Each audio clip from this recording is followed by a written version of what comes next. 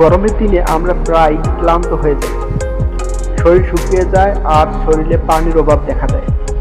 এই সময় যদি এমন একটা ফল পাওয়া যায় যা শরীর ঠান্ডা রাখবে, পানির ঘাটতি পূরণ করবে এবং একই সাথে স্বাস্থ্য ভালো রাখবে, তাহলে কেমন হয়? হ্যাঁ বন্ধুরা, আজ আমরা কথা বলবো তরমুজ নিয়ে এবং জানবো তরমুজ খাওয়ার কিছু অসাধারণ উপকারিতা। নাম্বার 1, শরীর ঠান্ডা রাখে। তরমুজে প্রায় 90-92% পানি থাকে, তাই গরমের দিনে এটি শরীরের তাপমাত্রা নিয়ন্ত্রণে রাখতে সাহায্য করে। আপনি যদি রোদে বাইরে কাজ করেন তাহলে তরমুজ খেলে অনেকটা সতেজ লাগবে। নাম্বার 2, পানি শূন্যতা পূরণ করে। অনেক সময় আমরা বুঝতেই পারি না যে শরীরে পানি কমে গেছে।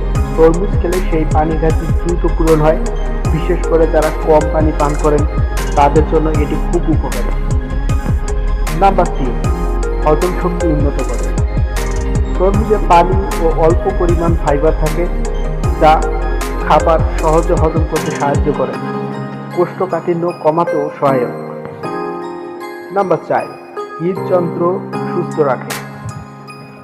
তরমুজে লাইকোপিন নামক একটি অ্যান্টিঅক্সিডেন্ট থাকে, যা হৃদযন্ত্রকে ভালো রাখে এবং রক্তচাপ নিয়ন্ত্রণে সাহায্য করে। নাম্বার 5, ত্বক উজ্জ্বল ও সুন্দর করে। তরমুজে ভিটামিন এ ও সি, যা ত্বকের উজ্জ্বলতা বাড়ায় এবং ত্বককে হাইড্রেট রাখে। নিয়মিত খেলে ত্বক ফ্রেশ দেখায়। নাম্বার 6, চোখের জন্য উপকারী।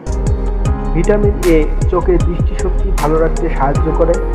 যারা দীর্ঘ সময় মোবাইল বা স্ক্রিন ব্যবহার করেন তাদের জন্য এটি উপকারী। নাম্বার 7, ওজন নিয়ন্ত্রণে সাহায্য করে।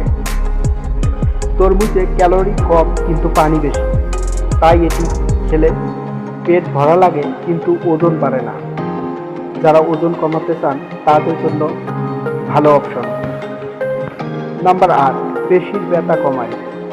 তরমুজে স্টুলিন নামক একটি উপাদান থাকে, যা ব্যায়ামের পর পেশির ব্যথা কমাতে সাহায্য করে। নাম্বার 9, রোগ প্রতিরোধ ক্ষমতা বাড়ায়।